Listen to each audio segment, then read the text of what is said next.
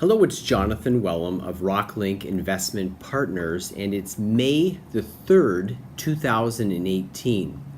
Now, this will be our 6th installment on a series of videos that we've been doing on our new Rocklinc fund, and also covering some of the key holdings that our investors would hold within their segregated accounts. And so today we're going to look at precious metals. But before we do that, let me just remind you first of all of our disclaimer, and you see that on the screen in front of you. Very important to keep all of the legal issues in proper perspective there. So that's the disclaimer. You can read that at your pleasure. The next slide, again, just reminds us of the outline of these various videos that we've been doing on our fund. So that's the outline of the presentation, Rocklinc Investment Philosophy, and then the sectors that we're looking at. Today it'll be precious metals. The next two slides, you've seen these before in the previous video, so I won't spend much time on them, but they are important for context. And you can see that the investment principles that we adhere to as an organization, quality of assets, focus on the longer term, and really try to understand the businesses in detail. The next slide just reminds you of the investment process that we work through as investment professionals. And it's really number 4 and 5 on that list that we're looking at here today. Again, trying to find industries with above average growth and businesses that generate lots of cash flow, high returns on capital. The next two slides summarize the 8 sectors where we have the majority of our investments located in terms of the various areas. And so you can see there on the first slide, infrastructure. We've talked about that, financial, technology, and manufacturing. Now on the next slide, we have the other 4 areas that we focus on. These aren't the only areas, but certainly where the lion's share of our investments reside. And that's precious metals, which we'll be talking about today, then healthcare, agriculture, and water. So you move to the next slide, and you'll see that we're just going to zero in on precious metals. And we want to get exposure to precious metals, but it doesn't mean you have to own miners. And so in our investments, we actually focus on what are called the royalty or the streaming companies. These are the companies that finance mines and in return get a piece of the production of the mines. And as we articulate there on that slide, you can see that when you buy a finance company, it's a very scalable business, and you'll see this later on some slides that I have. And you can get access to many mines, a lot more diversification. You can protect yourself by having many mines in your portfolio and also covering across various geographic areas and political regimes, so you don't run the risk that you can run if you have a mine. You have a problem at the mine, maybe there's an environmental issue or there's a political issue, and all of a sudden your investment can go to zero pretty quickly. When you own the finance companies, you get a portfolio of all sorts of different exposures through royalties or streaming relationships. The royalty and streaming companies really are an alternative to owning the actual mines, and they're very, very profitable. And we think financing mining is actually a better business than mining for us as investors, because we're not geologists and we're not going out and visiting all of these mines all over the world, and therefore it's easier for us to allocate capital into the finance companies, into the experts that are doing that due diligence and on-site work and analysis of the various mines that are out there. And we like to get exposure to the finance companies that are predominantly generating their royalty or streaming income from gold and silver, because those are the precious metals we think are really monetary substitutes, which we talk about here in terms of hedging against monetary folly. So I'm going to talk a little bit about some of the challenges in the big picture macroeconomic environment that we're in. And so we think that gold and silver over the long term are a great hedge and protect investors from capital losses as a result of monetary experiments or folly. And again, we'll talk a little bit more about that. And also as an inflation hedge, which we have at the bottom there. We're starting to hear more about inflation. Now, in the next few slides, I just want to remind you why it's important to have a hedge and why it's important to buy quality assets. This next slide lays out for you the amount of debt in trillions of dollars out in the world. And you can see that it gives you also the debt as a percentage of GDP and also in absolute numbers. And so in the blue, that's back at 1997. In the purplish color, 2007, 10 years later, and then 10 years after that, 2017, last year. And what I want to point out there, you can look at that, you can stop the video and look at that slide if you want, but basically you've seen debt go up. This is across all of the different sectors, non-financial, government, financial sector, and household, from 70 trillion back in 1997 to 162 trillion in 2007 in 2017 up to 233 trillion. So in 20 years, you've gone from 70 trillion to 233 trillion. These are huge numbers. We're concerned about the debt. I mean, let's just bottom line it. The next slide just lets you know that the global leverage is really at extreme levels. And if you look at that slide closely, you can see that the global GDP, the global total production of goods and services, back in 2017, last year, was just under 80 trillion. So say it's 79 trillion US, and we've got leverage of over 233 trillion plus. So the global economy is leveraged about 3 to 1 in terms of debt, and that's a lot of debt. On the next slide, again, just to look at this in a different way, you can see that from 1996 to 2006 to 2016, this would be the debt as a percentage of GDP, the production in the economies. And you can see that in the mature markets, which would include Canada, United States, the developed markets, the debt in 2016 was 3.9 times GDP, almost 4 times, or 390%, as you can see in the far right-hand side. That's a lot of debt. That's a lot of debt, and it's not sustainable. So on the next slide, I just give you an example of what some of the problems with this debt really are when it just comes to practical back-of-the-envelope analysis. So what happens when interest rates do go up, which they're actually trying to get interest rates up now, as you know. You can see that an economy that's, I'm just going to use an example that's 1 trillion in size. That means it has a debt of 3.9 trillion if you're going to use the 390% debt to GDP ratio that we just looked at in the previous chart. So it's looking at the typical developed economy. So for every 1% increase in interest rates, that's another $39 billion.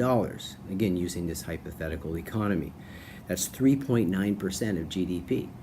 So if interest rates do go up by, say, 2.5%, that's going to increase the interest charge by about $97 billion using this $1 trillion economy, which is just under 10% of GDP all of a sudden has to get allocated to interest costs. And I'd suggest to you that with all of this leverage, it's going to be really hard to get interest rates up much without serious problems in the economy. Now, I realize that as interest rates go up, that money goes from debtors to savers, so that money is transferred back to savers who are providing that capital, but the debtors have to pay that interest, and it's the debtors that are the most vulnerable in the economy and can create further economic problems looking down the road. And so the whole point of this is, why do we want silver and gold? Why do we want precious metals? Why do we want to have a hedge? It's because we are in a grossly levered, indebted global economy, and that's putting it nicely. On the next slide, just to drive this point home to you, that the trajectory over the last number of years is not very strong, and certainly we're going to have some major challenges. If you look at this next slide, this is the U.S. economy, and it's the cumulative GDP growth less federal debt issuance. And so you can go back to 1971, you can see that the actual cumulative growth in GDP was more than the debt that the economy took on, which you'd say to yourself, well, of course. I mean, you can't issue debt if you're not going to grow the economy faster. Well, and you can see that actually up until 2008, 2009, you had a growth, a cumulative growth in the economy over the debt issuance. But from 2009 on, we really have seen a major drop until we've gotten to the point where we've gone below the zero line, which means that over the period from 1971 all the way up to 2017, there's been more debt issuance than GDP growth. And so it really, really exposes the vulnerabilities of our economic system and the unsupportable nature of the debt that we've really piled on the last number of years. And that's just the debt that's tradable that we honestly admit that we have. If you go to the next slide, again, not to overwhelm you here, you can see that this looks at the global pension problem, or time bomb, if you will. And this is the funding gap. So this is showing you the money that has been promised, but the actual the actual money hasn't been set aside to pay for the promises of these pensions that our governments love to throw out there. So, for example, if you look at the pension gap back in 2015, which is in the darker blue, you can see that those are pretty large numbers. You can see globally around the world that the pension gap, if you go to the far right, is $70 trillion. In Canada, the funding gap is about $3 trillion. And then you can see what that gap is going to grow to if we don't change course.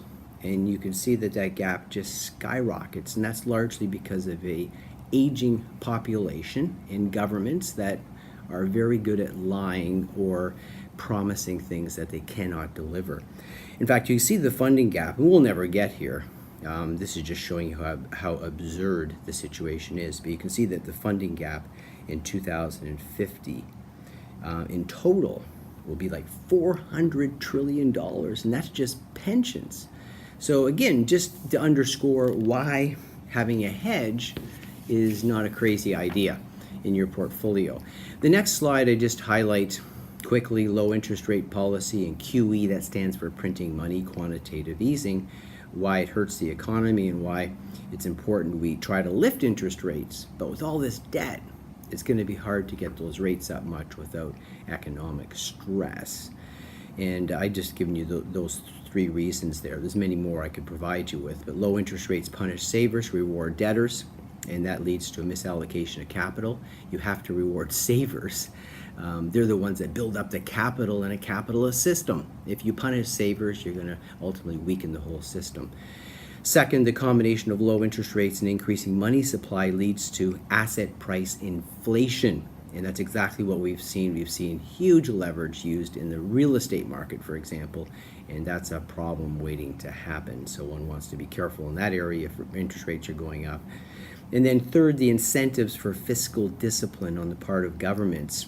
If they have low interest rates, governments just go further into debt. And that's what we've seen, certainly in Canada, both at the federal and provincial level, insanity when it comes to the deficits that our governments are taking on. And partly that's encouraged by low interest rates. And that too will change. So what are we doing? Well, how does that get us back to precious metals? Well, it gets us back to buying companies that can go up in value if there's a financial problem and are backed by commodities, silver, gold, that will also go up if there's a problem in the marketplace. And at the same time, if we can buy good financiers, good royalty and streaming companies, even if silver and gold don't go up much, they can still grow their business and make more money and hand out dividends. And so the two companies that we have in the fund are Franco-Nevada and Sandstorm Gold. But we also have exposure in your portfolios of Wheaton Precious Metals. We also have Royal Gold. So we own 4 of the major players. So on the next 2 slides, we just highlight a couple of points in regards to Franco-Nevada and also Sandstorm. So in terms of Franco-Nevada, this is the largest royalty and streaming company in the world. Has over 341 interests across various stages of development. That's that whole issue of diversification. It generates its revenue from gold, silver, some copper, also oil and gas interests, so you get a good diversification. And so they get a piece of the action, and they continue to grow and compound their exposure to the industry. In other words, they have investments in different mines. They get a piece of the production. As those mines' productions grow, then their piece also grows. As prices go up of silver or gold or oil or copper, then they also get a bigger piece of the pie. So they have what we call optionality on both the expansion of mines and production and reinvestment opportunities into new mines, and then the price appreciation of the underlying commodity like silver and gold. And so they are just wonderful, wonderful cash cows. Sandstorm on the next slide is a smaller company, trades at a lower valuation, but also has done some wonderful transactions over the last couple of years, and we think offers some wonderful growth, great growth. And you can see there it has a portfolio of 171 streams and royalties, so diversification in many parts of the world, again across silver and gold predominantly. And they've been making quite a few changes over the last few years as they've diversified and expanded and taken advantage of the opportunities to buy more streams and become a holder of more and more royalties. Now the last 3 slides, and I know the video's gone a little bit longer, and I apologize for that. There's lots of information I want to communicate to you in this video. The last 3 slides I've taken from First Macro Capital. A friend and colleague, former colleague, Paul Ferrugia, came up with these slides, so I'll give Paul the credit for that. You can see that. And this highlights just the amazing profitability of royalty companies. And so on the first slide, we look at 3 royalty kings, and these are the ones that he has here: Wheaton Precious Metals, Franco-Nevada, and Royal Gold. We actually own all 3 of those in a lot of our client portfolios. And you can see that the revenue per employee, I mean, look at that. Wheaton Precious Metals, $25 million. Franco-Nevada, $20 million per employee. Then you can compare that to Apple or Google, Facebook, Microsoft, which are 4 just incredibly profitable tech companies. You can see the difference there. In other words, the royalty models are very profitable. You don't need a lot of employees, and you can generate huge cash flow. The next slide looks at market capitalization, the market value per employee. And again, this is a logarithmic chart, so it's a compounding chart. So bear that in mind. You can see that Franco-Nevada, the market capitalization per employee would be somewhere between, so just under, it'd be under $1 billion. So it'd be somewhere between $600-700 million per employee. And then if you compare that down to, say, Google, you're looking at about 10 million. So big difference between 10 million and $600-700 million market cap per employee. And so again, we're comparing it to really profitable tech companies, so you can see that kind of profitability. And then the last slide, just for interest, you can see that the gold royalty companies, when you look at their market cap in total, they're just so small. They're almost insignificant when it comes to the overall capital markets. And yet there are wonderful, wonderful, highly profitable cash flow machines. You can compare them to the banks.